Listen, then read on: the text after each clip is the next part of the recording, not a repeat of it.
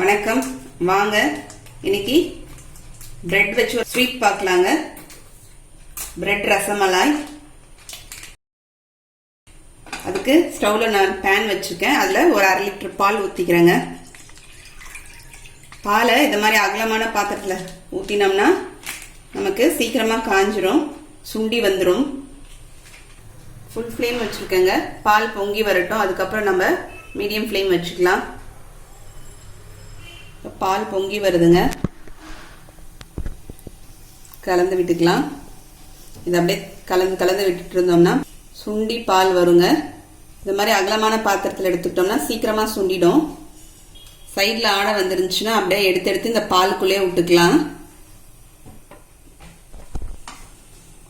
இப்போ இதுல இருந்து கொஞ்சமா பால் எடுத்துக்கலாங்க. ஒரு கரண்டி மட்டும் எடுத்துக்கிறேன். எடுத்து ஒரு பவுல்ல விட்டுக்கலாம். கொஞ்சம் வெது வெதுப்பான ஆனதுக்கு அப்புறம் அதுல குங்குமப்பூ சேர்த்துக்கலாங்க.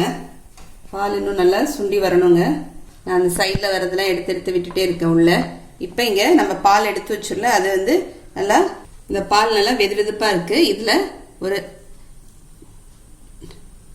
4 தாங்க குங்குமப்பூ சேர்த்துக்கலாம் நம்ம.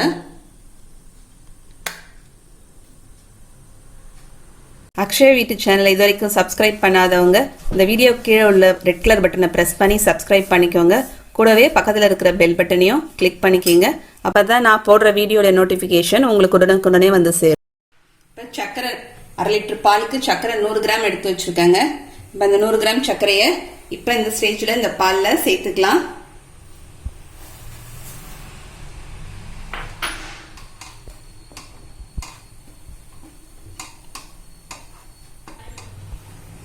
இப்போ சர்க்கரை போட்டு பால் நல்லா திக்காயிடுச்சுங்க.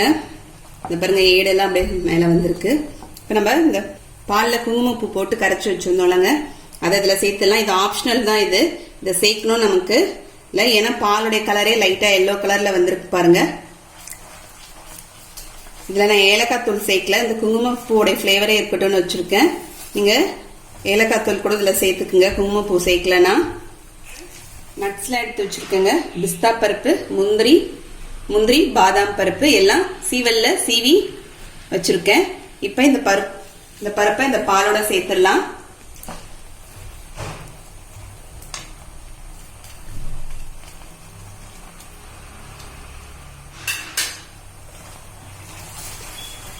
பால் நல்லா திக்காயிடுச்சு. நான் ஸ்டவ் ஆஃப் பண்ணிடுறேங்க. இது நல்லா ஆற வச்சிடலாம். நான் ஒரு பவுல்ல மாத்திக்கிறேன். மாத்திட்டு ரூம் டெம்பரேச்சருக்கு நல்லா ஆற வச்சு கூலாக்கிடலாம். ஃப்ரிட்ஜில் ஒரு 1 ஹவர் வச்சு சில் பண்ணிடலாங்க. சில் பண்ணிட்டு அதுக்கப்புறம் பரிமாறுறது எப்படின்னு பார்க்கலாங்க. இப்போ பால் நம்ம காய்ச்சிருந்தோம்லங்க, அதை நல்லா ஃப்ரிட்ஜில் வச்சு சில்லுன்னு எடுத்து வச்சுங்க. இப்போ நம்ம பிரெட் எடுத்து வச்சிருக்கோம். பிரெட்டை இப்போ நம்ம கட் பண்ணிக்கலாம். இந்த மாதிரி பவுலு எடுத்துக்கலாம். ஏதாவது பவுலு மூடி ஏதாவது எடுத்துக்கலாங்க. டப்பாவோட மூடி, பவுலு, கிளாஸ் மாதிரி கூட எடுத்துக்கலாங்க.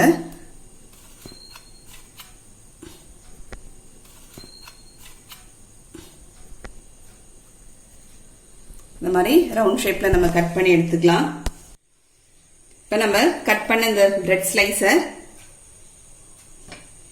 தோசைக்கல்ல வச்சுட்டு நெய் சேர்த்து கொஞ்சம் கிறிஸ்பா டோஸ்ட் பண்ணிக்கலாம். பிரெட் ரசமலாய் வந்து இது பிரெட்டை ரவுண்டா கட் பண்ணிட்டு அப்படியே நம்ம பால் சேர்த்து சாப்பிடலாம். ஆனா இதை மாதிரி நாங்க சாப்பிடுவோம். இது ரொம்ப அவ்வளவு நல்லா கிறிஸ்பா இருக்கும், நல்லா இருக்கும். இப்ப 2 பக்கமும் நல்லா கிறிஸ்பா டோஸ்ட் பண்ணியாச்சு. நம்ம இதை எடுத்துடலாங்க. இப்ப பிரெட் சுட்டு வச்சாச்சுங்க. பாலும் நல்லா சில்லுன்னு இருக்கு நமக்கு. இந்த ரபடியும் இதுல போட்டு நம்ம சாப்பிடும் போது இதை எடுத்துக்கலாங்க.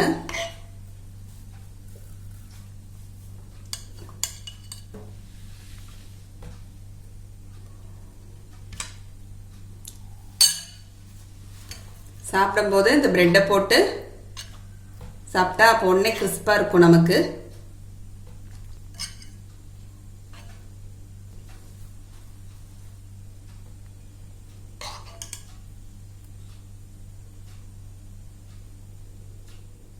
இப்போ இதுக்கு மேலே நம்ம கொஞ்சம் பாதாம் தூவிடலாம்.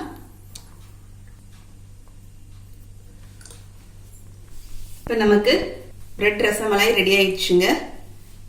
இந்த மாதிரி டோஸ்ட் பண்ணிட்டு ஒரு தடவை செஞ்சு பாருங்க. ரொம்ப நல்லா கிறிஸ்பா நல்லா இருக்கும் சாப்பிட்றதுக்கு. குழந்தைங்களாம் நல்லா விரும்பி சாப்பிடுவாங்க. இந்த வெயில் காலத்துக்கு நல்லா சில்லுன்னு ஈஸியா செய்யக்கூடிய ஒரு ஸ்வீட்ங்க. நீங்களும் இந்த மாதிரி செஞ்சு பாருங்க. செஞ்சு பார்த்துட்டு எப்படின்னு கமெண்ட் பண்ணுங்க. இந்த வீடியோ பிடிச்சிருந்தா லைக் பண்ணுங்க.